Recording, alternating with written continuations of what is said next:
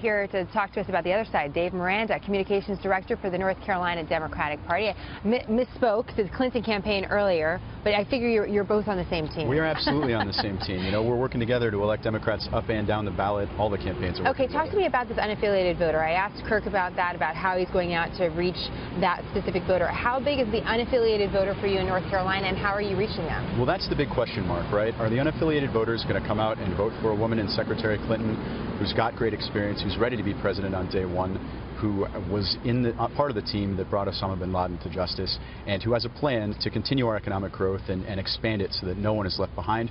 Or are they going to choose in Donald Trump someone who brags about sexually assaulting women, someone whose economic plan would result in the loss of 3.5 million jobs and plunge our economy into recession, and someone who can be baited by a tweet, someone who is unfit to be commander-in-chief and lacks the temperament, the judgment, and yes, the experience to be president. So that's the question for unaffiliated voters. You're presenting them. It's a pretty stark choice. Now, Kirk would say to us, and he was just here, he said, listen, the vote is about change. It's about someone completely different coming into the office, and that's why we're resonating with that unaffiliated voter. That's something that Clinton doesn't represent. What do you say to that? I think we've had 8 years of strong economic growth, right? 70-some months of uninterrupted jobs growth. And we know we have more work to do.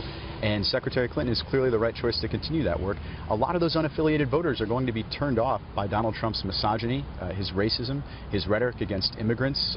You know, the list goes on and on. And what are we doing to reach out to them? Over the past week, we Democrats have made more than 3 million voter contact attempts, right? We've got thousands of staff and volunteers in dozens of offices across the state, knocking on doors, making phone calls, turning our vote out. And we really do have a superior ground game that's going to help elect not just Secretary Clinton, but a new governor in Roy Cooper, a new senator in Deborah Ross, and candidates all the way down the ballot. And we're watching all of those races. We've spoken to a few different folks on the program, not associated with campaigns or either side, and they said, listen, the early voting results, although it is close, and everyone will say it's very close, they're giving an edge to the Trump campaign because of the unaffiliated voter, and they feel that the polling, now we don't talk about polls as of today, but they were looking back. They felt that the early voting numbers suggested that Trump could pull this out. So that, what do you say? I don't think that's accurate. We've seen higher turnout among women, many of whom, again, are going to be turned off by the fact that Donald Trump has bragged about sexually assaulting women.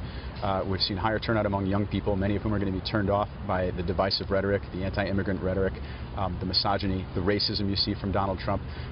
You know, so I think the question is those unaffiliated voters, and I think they are going to break for Secretary Clinton. Just noticing the list that you keep going down for Donald Trump, is your argument to voters primarily that Hillary Clinton isn't Donald Trump, that it's a vote against Trump to vote for her? What are voters voting for Hillary Clinton? It's a stark contrast, right?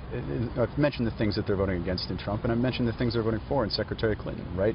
Continued strong economic growth like we've had over the last 8 years, and expanded to not leave anyone behind. An economy that works for everyone, not just those at the top, but, you know, includes working class families and middle class families, right?